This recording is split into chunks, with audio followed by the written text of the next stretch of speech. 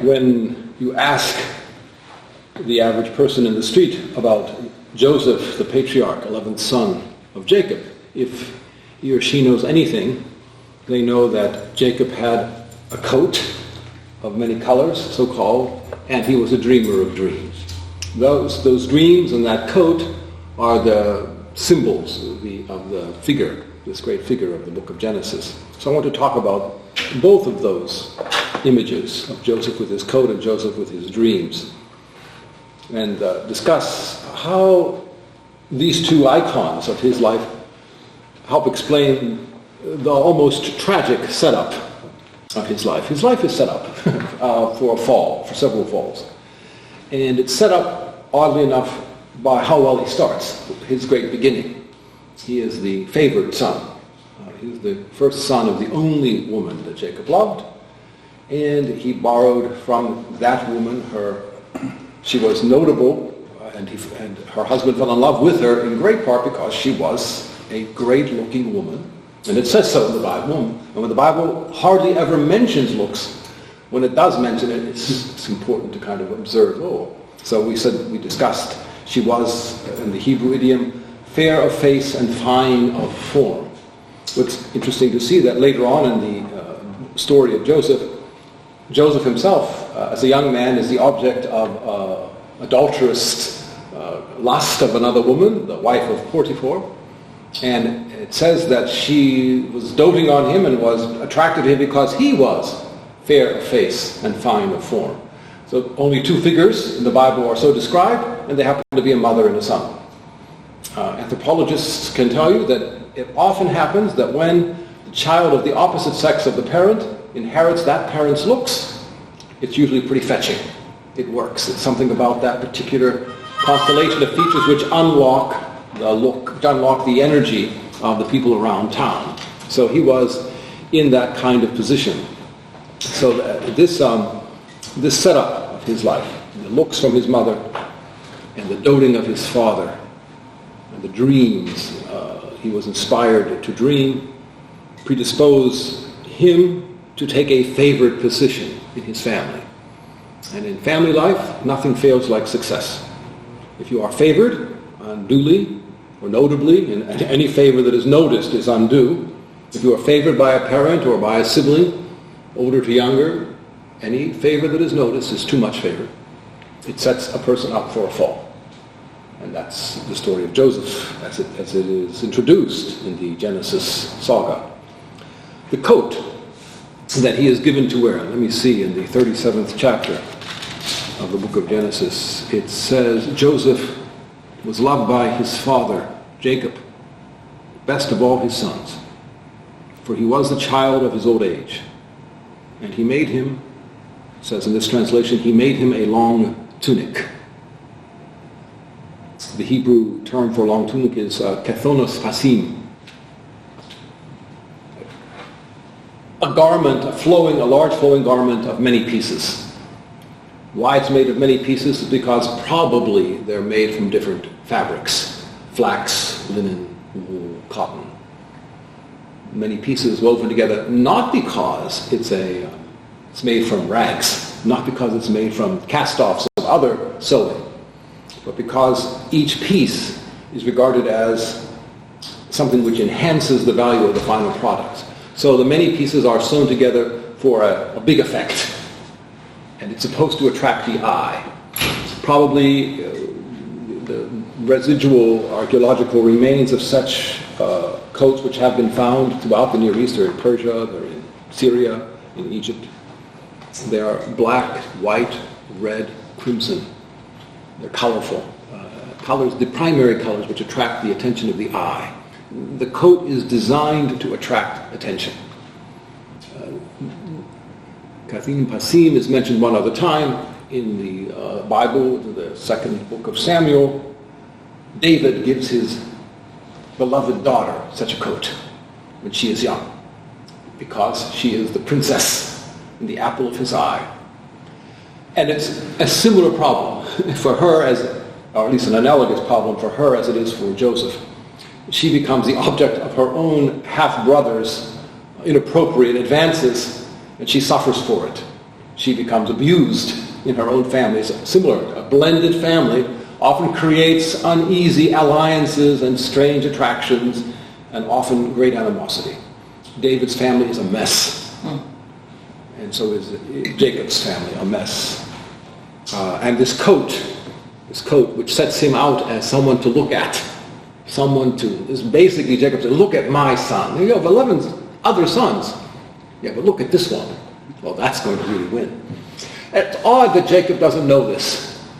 But such are the times in which he lives. It's a culture in which favoritism is more allowed, more acceptable than it is in our culture. In the last several thousand years, probably because of this story, cultures afterwards have tried to suppress apparent favoritism. So most of us, when we were kids, if you had siblings, you would ask your mother, you would ask your dad, am I your favorite one? And if your parents had even half a clever skill in their bone, they would say, I don't have a favorite one. You're all my favorite ones. If they didn't answer that, they weren't so clever, and it set you up for a fall. Jacob unduly favored Joseph, and the coat is a sign of this favor. It's multiple colors and it's multiple parts, it's multiple fabrics. Carl Jung and others have said is a symbol, by the way, of Jacob's remarkable personality. He was a man of many talents, a man of many aspects, a character of multiple facets. He had a character which was in himself worthy of beholding and looking at. Like a kaleidoscope, every way you turn it, you see something different. Joseph has that kind of character. Favor became him. It wasn't something that he got unworthily, relatively speaking, but he held the favor that was given him worthily. That's a very rare combination. Some people are favored because they capture someone else's liking or they capture someone else's interest, but they can't hold it. They can't sustain the interest, and then they become unfavored because they disillusion the one who was first attracted. Jacob never disillusioned Jacob. Joseph never disillusioned Jacob. He held his favor very well. He was a person whose character could sustain the enthusiasm that his looks generated. That's very rare. Almost unheard of. Most people, when they are the object of great attraction by visuals, sooner or later disillusion the one who was first attracted. When that doesn't happen, that's really quite notable. The other aspect of him is the dreams, as we shall see. And I would like to look at his dreams and see how they set him up for the jealousy. They set him up for the fall. Last week we discussed the first dream, of which we are told in the book of Genesis. Joseph said to his brothers, listen, I had a dream. There we were, binding sheaves in the field, when suddenly my sheaf rose up in an upright position, and your sheaves formed a ring around my sheaf and bowed down to it. I think we all remember bringing in the sheaves, the famous spiritual. Yes, bringing in the bundled up wheat and making them lay there in bundles, something that families would do in the evening after they had harvested the wheat. But Joseph dreamt that his bundle, somehow there was one associated with him in particular, stood up, and all the other ones bowed down to his. There's something about that kind of a dream which actually rings true, according to Jungian dream analysts. That's exactly the sort of weird thing the imagination does with domestic products, with farming and agricultural aspects. A sheaf that stands up and the other ones bow down. What Joseph meant by the sheaves bowing down was probably something different than what his brothers heard about the sheaves bowing down. Across the ancient world and up into modern times across the Asian world, bowing down in deference to someone else is a sign of respect. It's commonly done. And in, say, Japan or in China, in Thailand, in India, there are ways in which the junior bows first to the senior, bows a little bit more deeply, with a little bit more initiative, and then the senior makes a secondary bow in return. And by these bows back and forth, reciprocity and an exchange of goodwill is established. It's very important in any given society to know which one should bow first. And in many societies, the clever person bows before the other one, even thinks about it. The other one is thinking, should I bow first or not? The clever one bows first. And then there's a smile, and then one bows, the second one who should bow less actually bows deeper because he or she feels that they were unduly exalted. It's a lovely exchange of energy by this deferential bowing back and forth. That's probably what Joseph meant when he said to his brothers, your sheaves bow down to mine. But the brothers heard not that subordination of goodwill. They heard the subjugation of slavery. And they thought to themselves, how dare you? Whether you dreamt it or not, how dare you, in the midst of all your brothers, explain to us how great you are, how enslaved we shall be to you. You're making this a prophetic utterance that we shall be your slaves. The curious thing about it is that's exactly what becomes of those brothers later on in the story. The very thing they dreaded, they brought about. And therein lies a huge lesson of human nature. That if we give in to dreading a whole lot anything, we very much more likely make that which we dread come to pass. I hardly think we all need to remember how many times we met someone who was afraid of being rejected.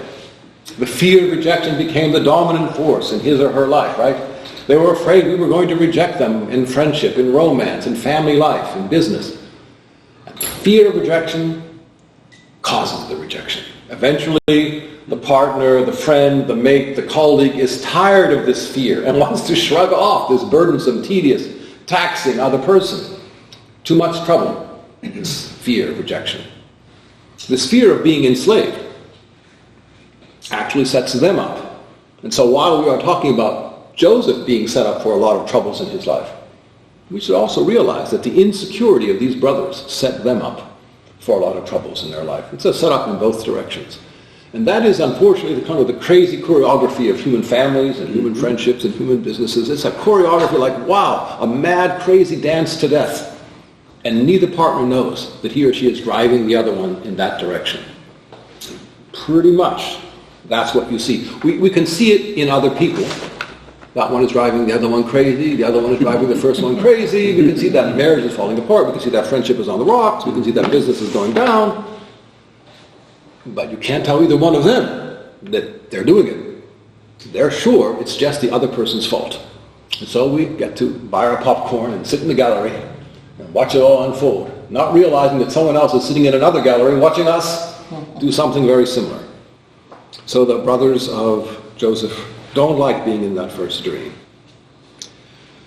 But there's a second dream that I would like to talk a little bit about before we go further. Then he had another dream, it says in Genesis 37. And this one too, he told his brothers. You might think that Joseph would have learned his lesson not to tell his brothers these dreams. But there's something wonderfully naive about Joseph, almost impossibly naive. He never gets it.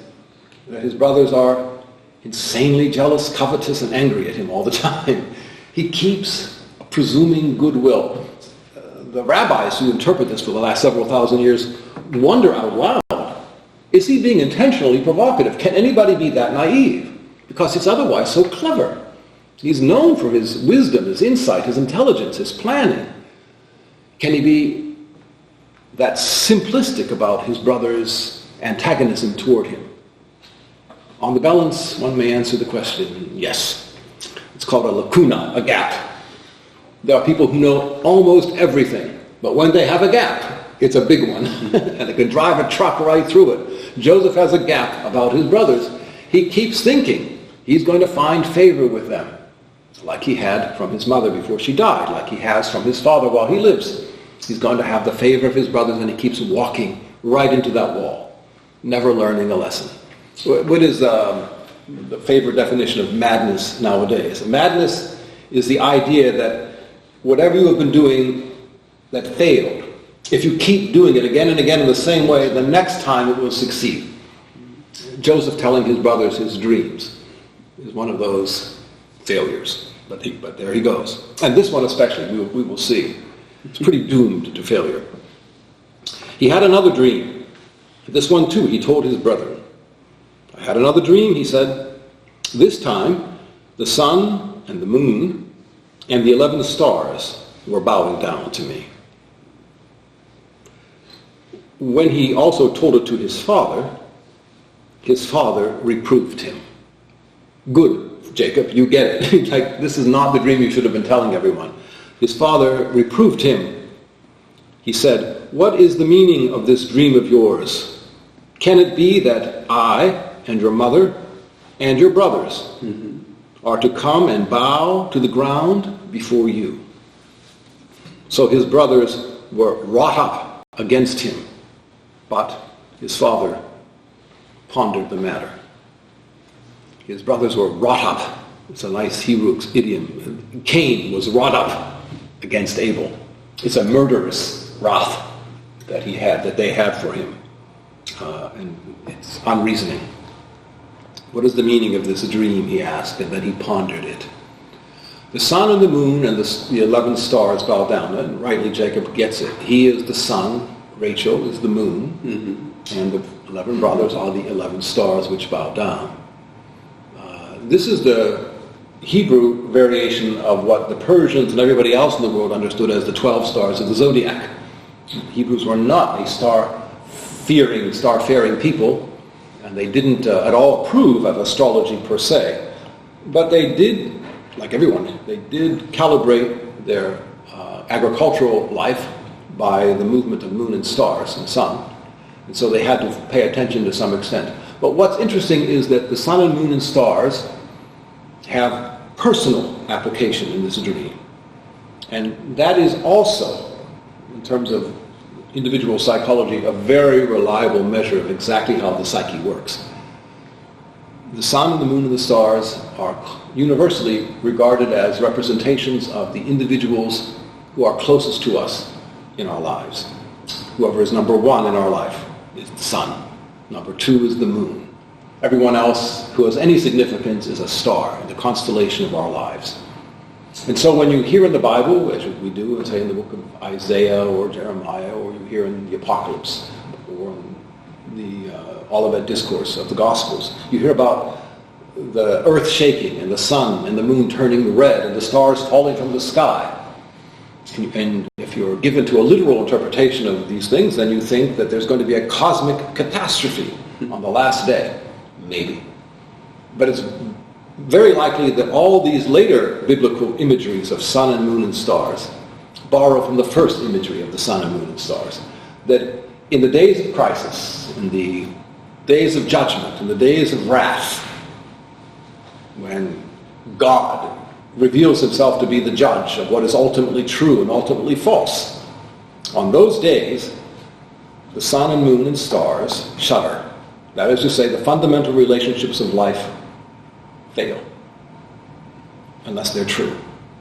That which is true survives. That's why Jacob is pondering it, because he truly does favor his son, and not for shallow reason. He has cause to believe that Joseph is in fact a worthy bearer of the favor that he gets. And so he doesn't just dismiss the dream out of hand. He ponders what the bowing down of the sun and moon and stars must mean. At first he doesn't like it either. He thinks, am I to be subject to my son? But then he wonders, maybe I will be somehow subject to my son. And maybe that subjection will not be subjugation. Maybe it will be deference. Maybe it will be affection. Maybe it will be recognition of stature.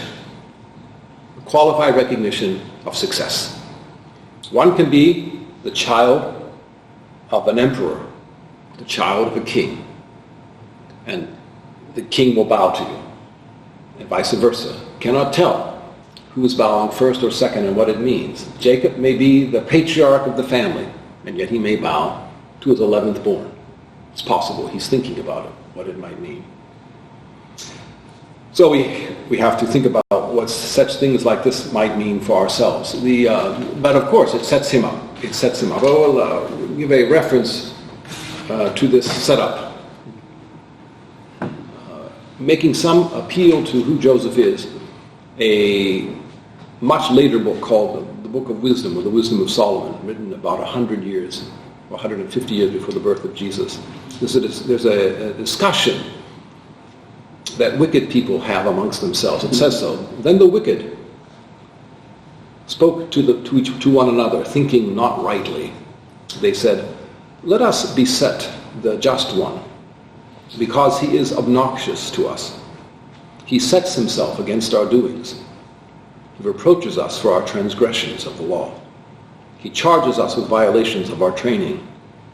He professes to have special knowledge of God and styles himself a child of the Lord." They don't like him because he's special. They don't like him because he's well-favored. They don't like him because he knows things. To us, they said, to us he is the censure of our thoughts. Merely to look at him is a hardship for us. Someone well-favored can make some people feel favored just to be basking in the light of their face. And if you feel a pleasure to be in the place of someone who is better than you, smarter than you, kinder, more virtuous, if you feel a pleasure in that, I salute you. You are part of the company of what the Hebrews would have called the redeemed. You know how to enjoy someone else's favor as a blessing.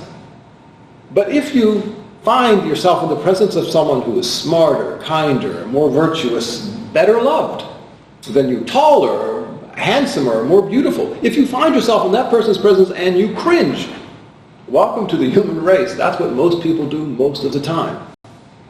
We cringe when we really think someone was first ahead of us.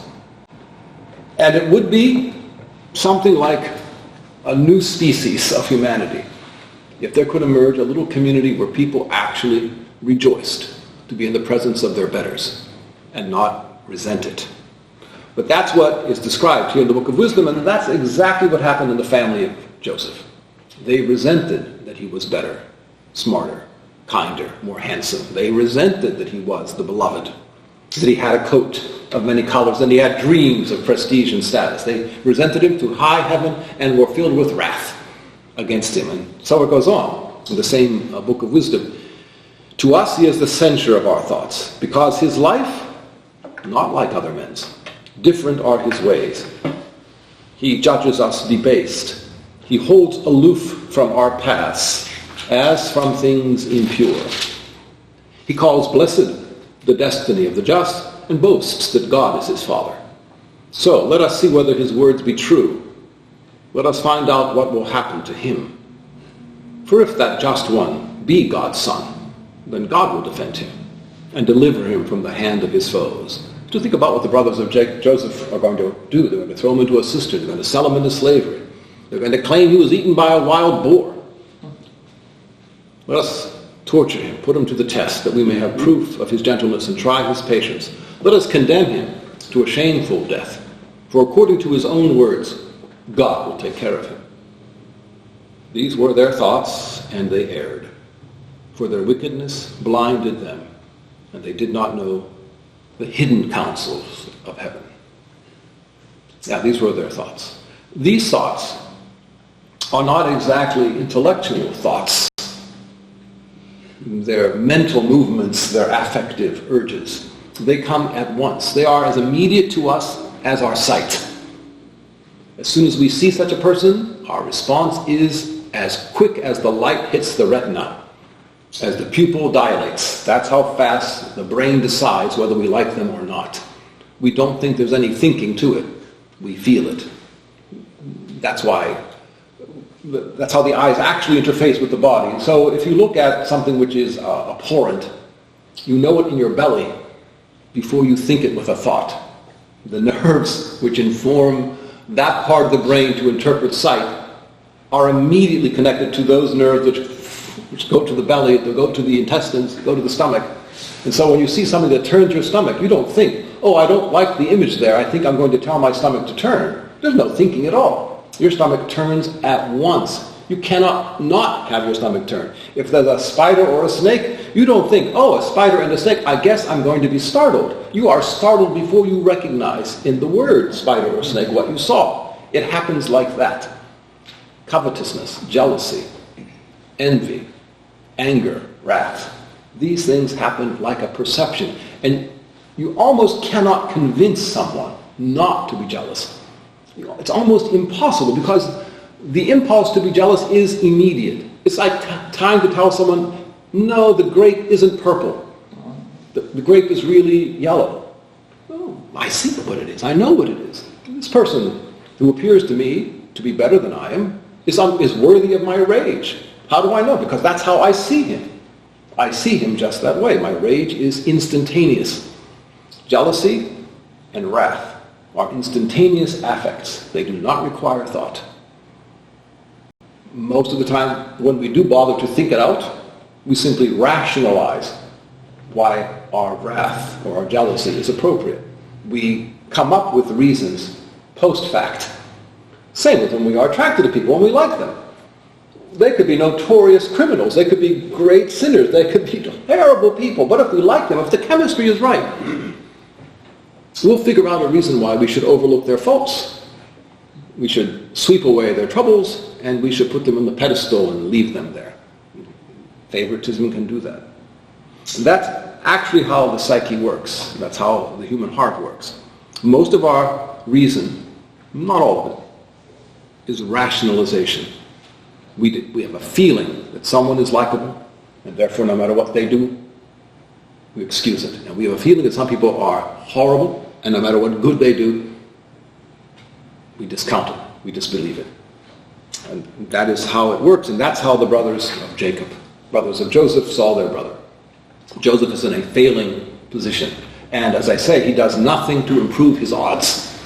His coat that he must wear all the time, as we shall see he does, and his dreams, which he must be talking about all the time, as we see he does, predispose his 11 brethren to even more contempt than that. So, we get to the... By the way, this particular text from the second chapter of the Book of Wisdom applies, for those who wish, 100 years later, just as well to Jesus of Nazareth as it does to Joseph, the 11th son of Jacob. So, let me continue with the text.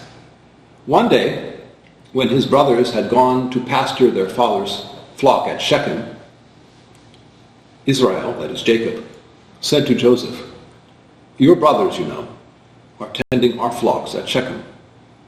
Get ready. I will send you to them." "I am ready," Joseph answered. "Go then," he replied. "See if all is well with your brothers and the flock, and bring me back word." Just a pause.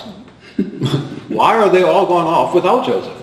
Because they didn't want him with them. And the father is trying to get him all together with the brethren, trying to make this family work. But you can see the whole thing is doomed, because what does he say? You go there and then bring me back a report. Well, that's going to really be a fetching idea.